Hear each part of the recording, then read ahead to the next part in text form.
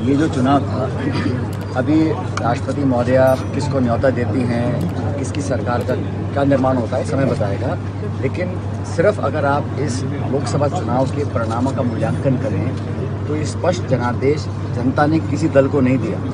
सरकार बनाने के लिए जनता ने खंडित जनादेश दिया है। तो जो भी सरकार बनने जाएगी वो हमेशा मिलीजुली सरकार होगी। पहली बार जब 303 सांसदों के साथ भाजपा चुनाव लड़ने गई थी तब उन्होंने 370 का क्लेम किया था, 400 गठबंधन का क्लेम किया था। परिणाम आने के बाद उनके 70 सांसद कम हो गए हैं और गठबंधन 200 कुछ पे आके अटक गया और कांग्रेस का संख्या बल दुगना हो गया। तो मैं मानता हूं कि अगर इस पूरे चुनाव परिणाम में 7 चरण का चुनाव 2 महीने का पूरा प्रकरण चला, उसका जो सारांश है वो ये है कि जनादेश सरकार और भाजपा के खिलाफ था। इंडिया गठबंधन और कांग्रेस पार्टी के मैनिफेस्टो हमारे मुद्दों को जनता ने पसंद किया और हमारा संख्या बल दुगना हुआ है। और राजस्थान के जैसा आपने कहा 11 जगह हमने भाजपा को हराया है। हमने हमारे सहयोगी दलों ने मिलकर 11 जगह, उस जगह जहाँ पर 4 महीने पहले भाजपा की सरकार बनी थी तो डबल इंजन फेल हुआ जयपुर में, डबल इंजन फेल हुआ लखनऊ में, डबल इंजन फेल हुआ हरियाणा के अंदर। और हर जगह कांग्रेस और साथियों को हम लोगों को जनता ने समर्थन इसलिए दिया क्योंकि मुझे लगता है कि हमने सही मुद्दों की बात की। अब भाजपा बात करती थी मंदिर मस्जिद मंगलसूत्र की और हिंदू मुसलमान की, हम बात करते थे एमएसपी पे कानून बनाने की, रोजगार की, निवेश की, महंगाई की, बेरोजगारी की। जनता ने हमारी बातों को स्वीकार किया और राजस्थान के अंदर जो परिणाम आए हैं वो पहले से बहुत बेहतर है और मुझे लगता है संतोषजनक भी काफ़ी हद तक। हम उम्मीद करते थे कि हम भाजपा से ज़्यादा सीटें जीतेंगे, लेकिन हमारे उम्मीदवारों का चयन, हमारा चुनाव, हमारा कैंपेन और नेताओं और कार्यकर्ताओं की एकजुटता, इस पूरे राजस्थान के चुनाव का जो श्रेय अगर जाता है किसी को तो हमारी कांग्रेस पार्टी के कार्यकर्ताओं को जाता है, जो भीषण गर्मी में बूथों में डटे रहे, प्रलोभन दबाव हर तरह का प्रतिशोध की भावना से सरकार प्रशासन ने काम किया। उसके बावजूद हमको जिताकर भेजा। हमारे सारे उम्मीदवार जीत कर आए हैं, वो सब सदन में बैठकर राजस्थान के हितों के लिए संघर्ष कर रहे हैं। सचिन पायलट जालौर नहीं आए तो क्या उसकी वजह हो सकती है वैभव गहलोत क्या? मैंने कहा ना, जो जहां हम नहीं जीते हैं वहां अगली बार मेहनत कर और जीतेंगे। और जहां जैसे आपने इस लोकसभा क्षेत्र की बात करी है, यहाँ पर हम लोग क्यों हारे उसके बारे में विस्तृत जो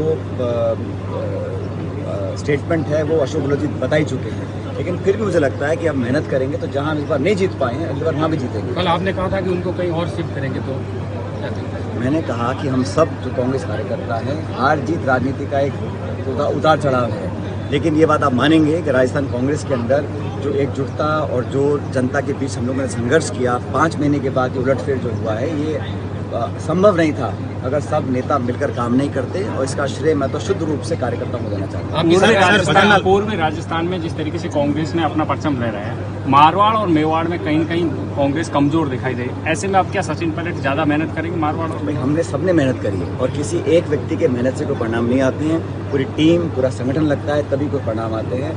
आप सही कह रहे हैं कि जिन शेखावटी है, हनुमानगढ़, गंगानगर है, ईस्टर्न राजस्थान है, वहाँ पर उनको बेहतर परिणाम मिले। लेकिन बाकी सीटों के अंदर भी जो पहले परिणाम थे 3 लाख 4 लाख 5 लाख का जो अंतर था वो बहुत सीमित हो गया है। तो जनता ने कांग्रेस को पूरे राज्य में वोट डाला, ऐसा नहीं। सरकार आम लोगों में एक ऐसी धारणा बनी हुई है कि सचिन पायलट ने पूर्व राजस्थान में बहुत भयंकर मेहनत करी, उसकी वजह से सीटें आई। ऐसे में अब सचिन पायलट का कांग्रेस में बहुत बड़ा कद बढ़ गया है। कोई हम सब लोग पार्टी के दिशा निर्देश पर काम करते हैं। जिसकी जहाँ जरूरत होती है उसकी उपयोगिता के हिसाब से उसको जिम्मेदारी दी जाती है। मुझे जहाँ काम करने को दिया, हरी जी को पंजाब में काम करने को दिया, वहाँ हम 7 सीट जीत कर आए हैं। वहाँ पे आप विरोधी साथी क्या क्या बोलते थे, लेकिन वहाँ पर भी हम 7 सीट जीते हैं और हरियाणा में 5 सीट जीते हैं। राजस्थान में हम 8 जमा 3 11 जीते हैं। तो जिस व्यक्ति की संगठन में जहाँ जिम्मेदारी दी जाती है उसको निभाते हैं। और मुझे जहाँ जहाँ उम्मीदवार ने बुलाया, जिस उम्मीदवार ने बुलाया, जिस प्रदेश में बुलाया, पार्टी ने जहां मुझे भेजा वहां जाके हमने काम किया। भविष्य में पार्टी जो भी आदेश देगी उसको हम निभाएंगे। सरकार कहती है कि गहलोत सरकार के दौरान जो भर्तियां हुई थी वो रद्द की जाएगी, उनकी जांच की जाएगी। अब इस सरकार को मुझे लगता है पहला काम जो करना चाहिए, पहला आत्मचिंतन कि ये करारा झटका जनता ने लोकसभा चुनाव में क्यों दिया। दूसरा, भीषण गर्मी में बिजली कटौती हो रही है, पानी की सप्लाई नहीं हो पा रही है, आचार संहिता का बहाना लेकर आप कब तक छुपेंगे। प्रशासन को, अमली जामे को आपको कंटीजेंसी प्लानिंग करनी चाहिए थी, सुविधाएं प्रोवाइड करनी चाहिए थी।